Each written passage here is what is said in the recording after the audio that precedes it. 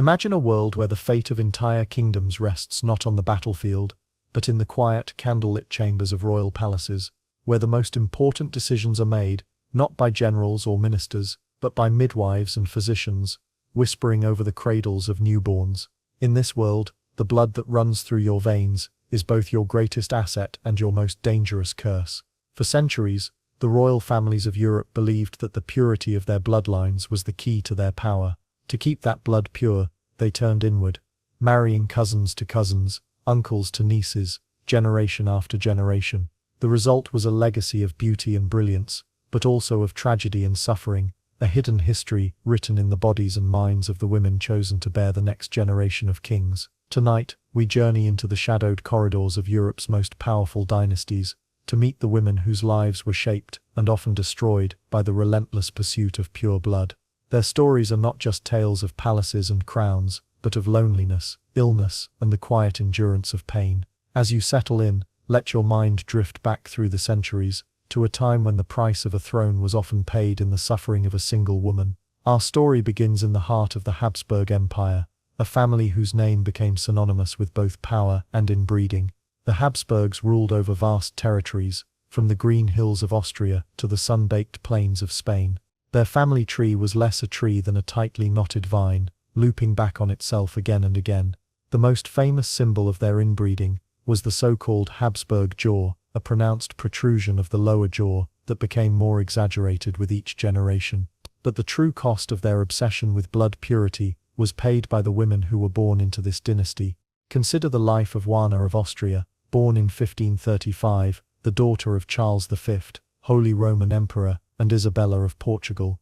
Juana was a princess from birth, raised in the glittering courts of Spain and Austria, surrounded by luxury and ceremony, but beneath the surface, her life was shaped by the genetic legacy of her ancestors. Both of her parents were grandchildren of Ferdinand and Isabella, the Catholic monarchs, making Juana the product of a double cousin marriage. From an early age, she was described as delicate, prone to fevers and mysterious illnesses that baffled her doctors. Her beauty was praised by poets, but her health was a constant source of anxiety for her family. When Juana was just 16, she was married off to Prince João Manuel of Portugal, himself the product of generations of cousin marriages. The union was celebrated as a triumph of dynastic strategy, uniting two of the most powerful royal houses in Europe. But the marriage was short and tragic. João Manuel died less than 2 years later, leaving Juana a pregnant widow at the age of 18. She gave birth to a son, who would become King Sebastian of Portugal, but the strain of childbirth nearly killed her. Juana never remarried, spending the rest of her life in religious seclusion, haunted by the knowledge that her son too would suffer the consequences of their family's obsession with blood purity. Juana's story is just one thread in a much larger tapestry. Across Europe, royal women were raised from birth to understand that their bodies were not their own. They were vessels for the continuation of the dynasty, their marriages arranged not for love or companionship, but for the preservation of a bloodline. The pressure was immense, and the consequences could be devastating. Perhaps the most tragic example of this is found in the life of Maria Anna of Austria, born in 1683. Maria Anna was the daughter of Leopold I, Holy Roman Emperor, and his third wife, Eleanor Magdalene of Neuburg. Like so many Habsburg princesses, Maria Anna was married to a close relative, in her case, her first cousin, King John IV of Portugal. The marriage was intended to strengthen the alliance between Austria and Portugal, but it also brought together two branches of the same deeply inbred family tree. From the beginning, Maria Anna's health was fragile. She suffered from frequent miscarriages and stillbirths, a common fate for women whose genetic inheritance was so limited. Of her 7 children, only 3 survived to adulthood, and all of them showed signs of the same hereditary weaknesses that plagued their mother. Maria Anna herself was described as pious and gentle, but also melancholic and withdrawn. She spent much of her life in prayer, seeking solace in religion, as her body failed her again and again. The pattern repeated itself across the courts of Europe.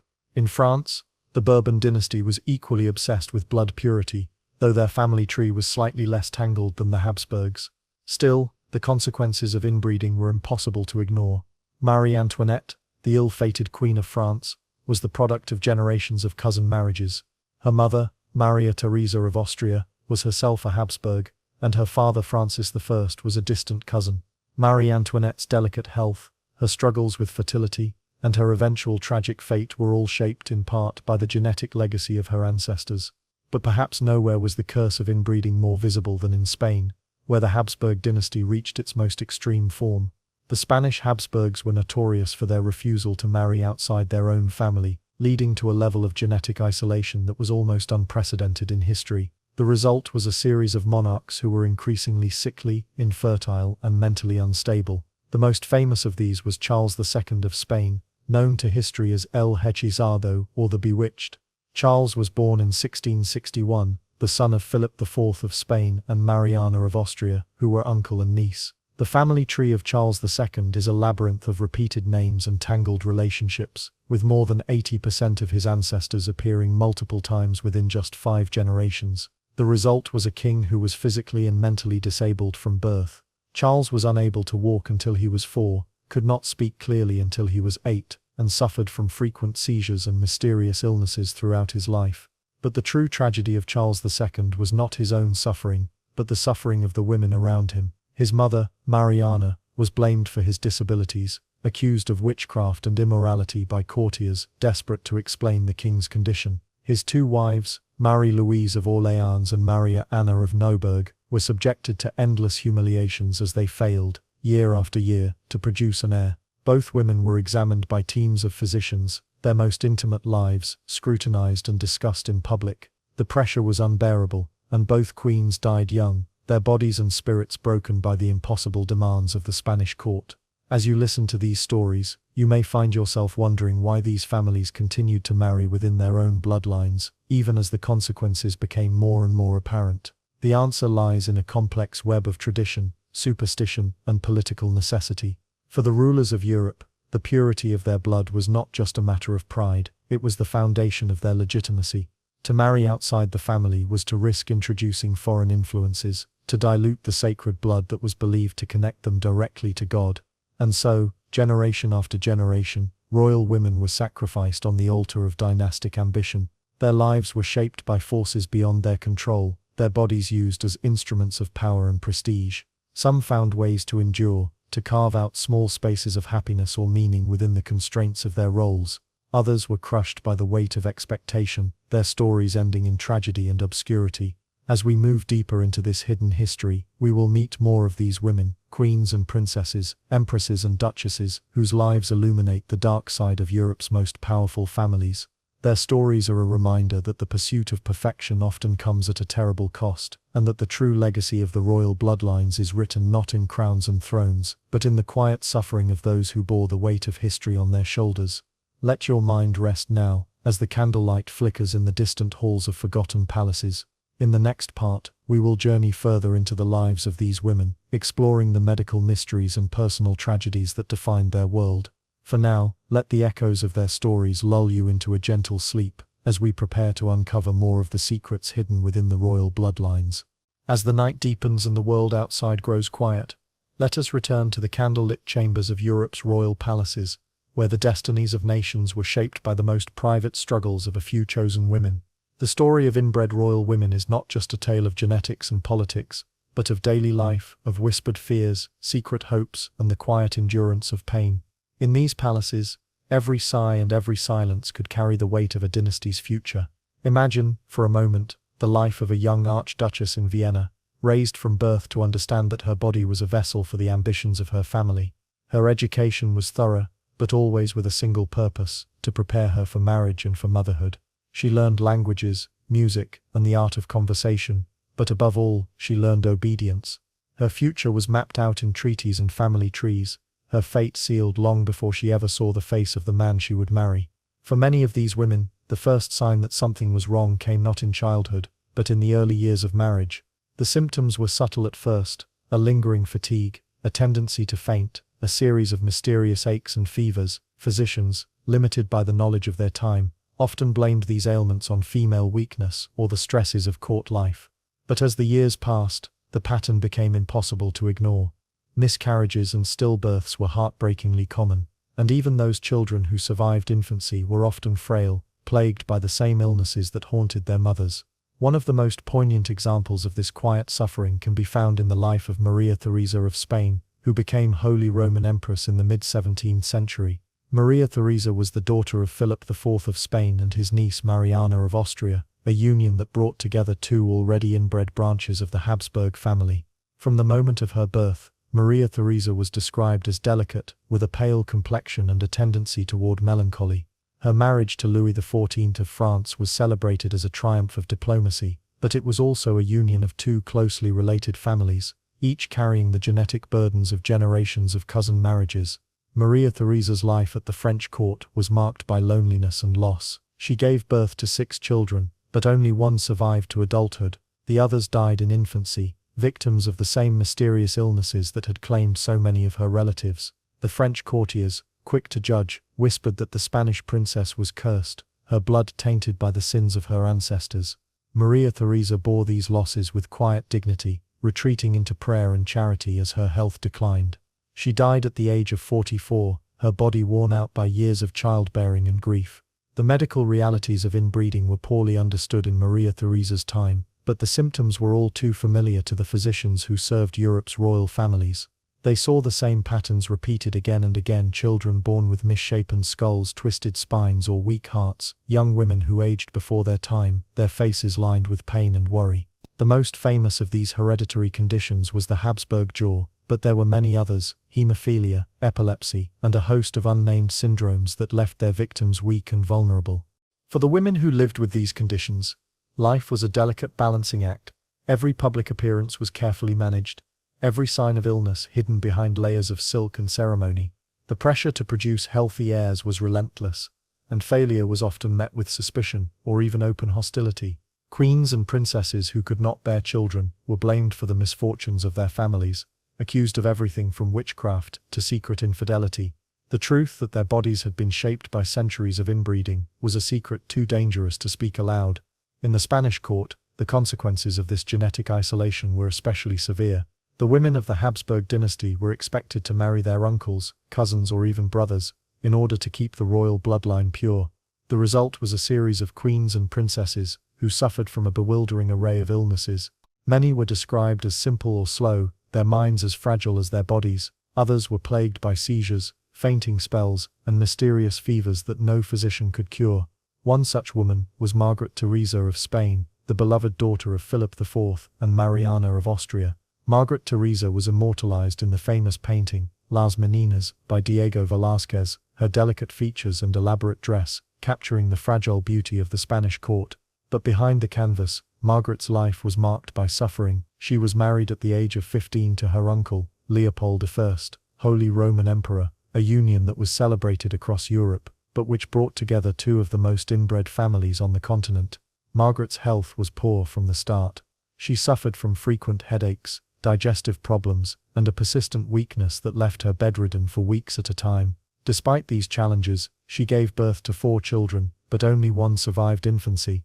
Margaret herself died at the age of 21, her body exhausted by the demands of childbirth and the weight of her family's expectations. Her death was mourned across Europe, but in the quiet chambers of the palace, her story was just one more chapter in a long history of suffering. As the years passed, the pattern became impossible to ignore. The women of Europe's royal families were growing weaker, their children more fragile, their dynasties increasingly threatened by the very bloodlines they had worked so hard to preserve. Physicians began to keep secret records, noting the recurring illnesses and deformities that plagued their royal patients. Some whispered of a curse, others of divine punishment, but the truth was simpler and more tragic. The relentless pursuit of pure blood had created a legacy of pain. Yet even in the midst of this suffering, there were moments of resilience and quiet strength. Some royal women found ways to carve out small spaces of happiness, to nurture their children and support their families despite the odds, till they became patrons of the arts, founders of hospitals, and champions of the poor, using their limited power to make a difference in the world around them. Their stories are a testament to the endurance of the human spirit, even in the face of overwhelming adversity.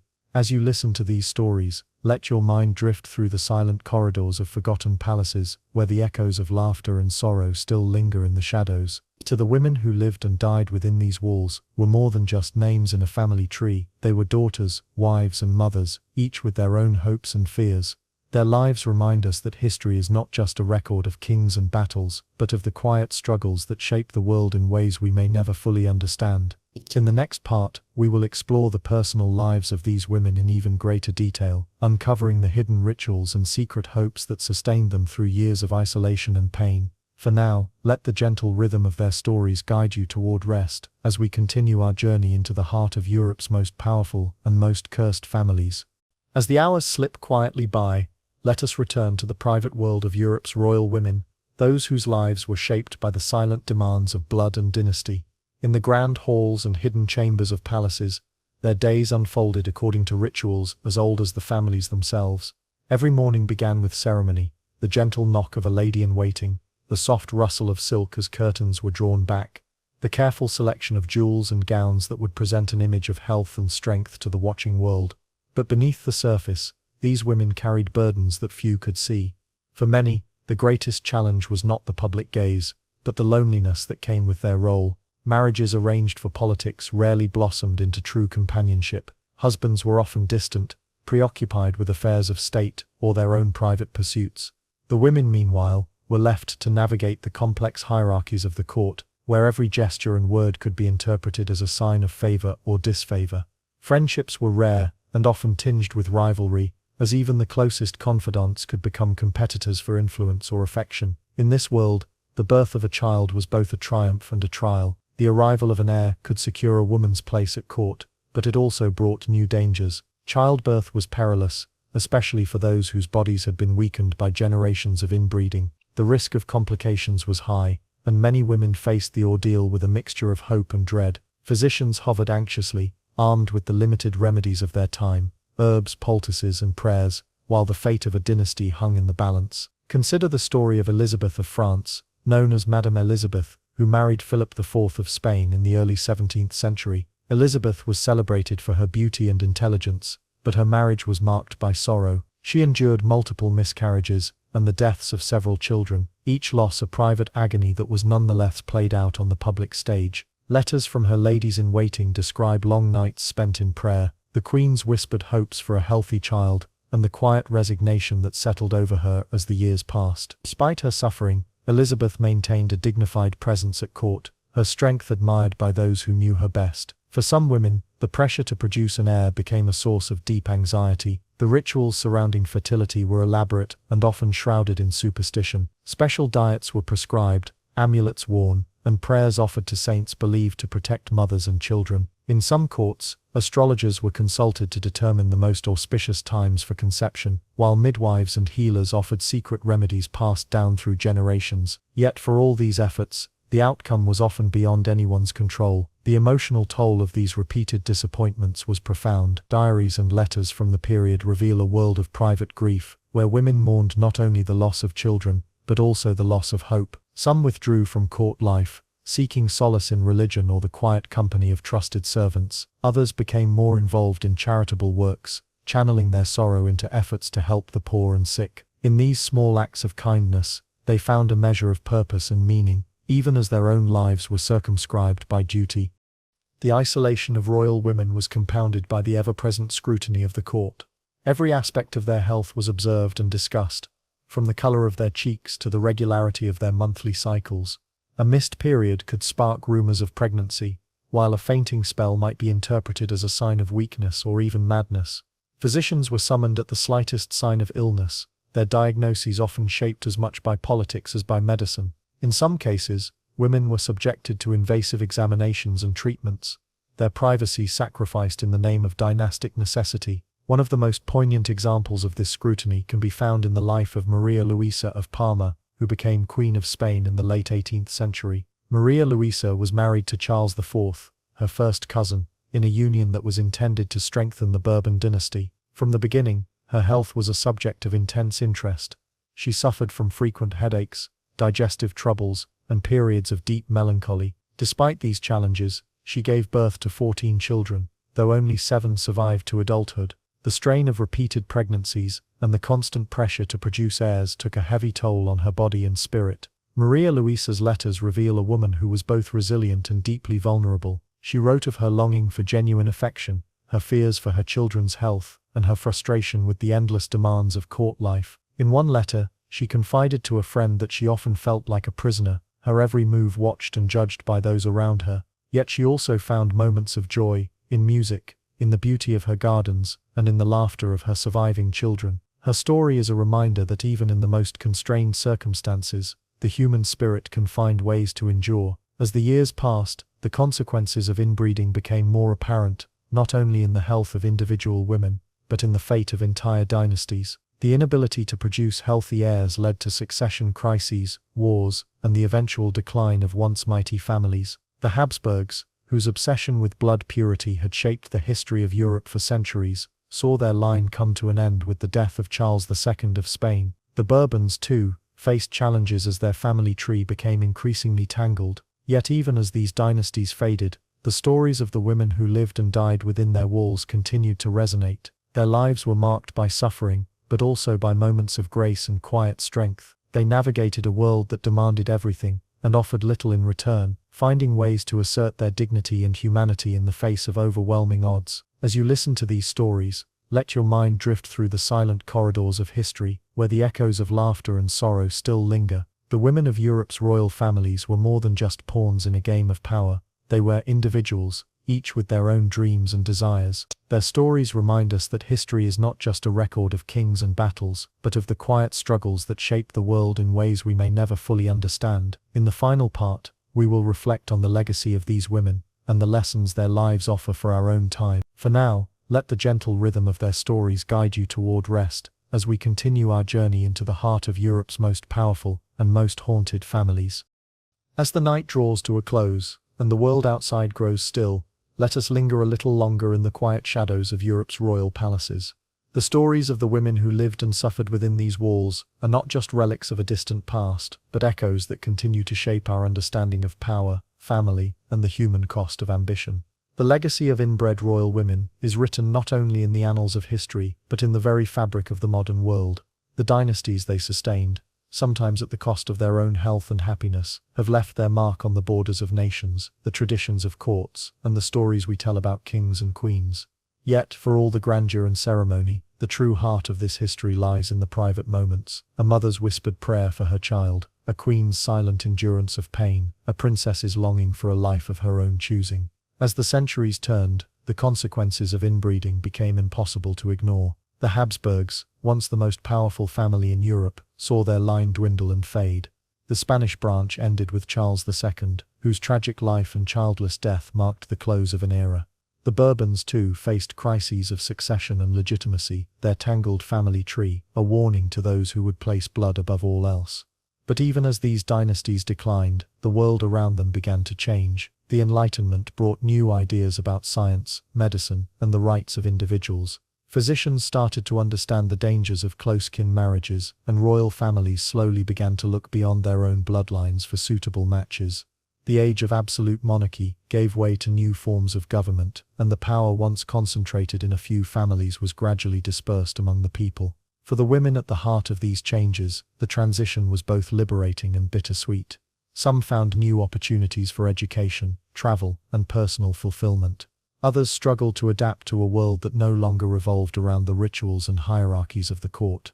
Yet, in their letters and diaries we find a common thread, a quiet resilience, a determination to find meaning and dignity in lives shaped by forces beyond their control.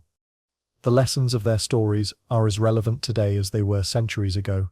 The pursuit of purity, whether of blood, race, or ideology, has always come at a cost.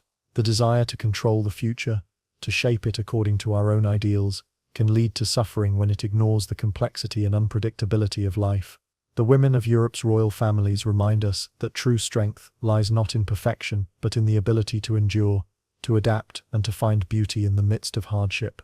As you drift towards sleep, imagine the quiet halls of those ancient palaces, now empty, but still echoing with the footsteps of those who once walked there. Picture the gardens where queens once strolled, the chapels where they prayed, the nurseries where they whispered lullabies to fragile children. Their lives were marked by sorrow, but also by moments of joy, by laughter shared with a trusted friend, by the simple pleasure of music or sunlight on a winter morning. In the end, the story of Europe's most inbred women is not just a tale of suffering, but a testament to the endurance of the human spirit. They remind us that history is made not only by the powerful, but by those who bear the weight of power in silence. Their courage, their patience, and their quiet hope continue to inspire, even as the world they knew fades into memory. Thank you for joining me on this journey through the hidden corridors of history. If you've enjoyed exploring these forgotten stories, consider subscribing for more tales from the shadows of the past.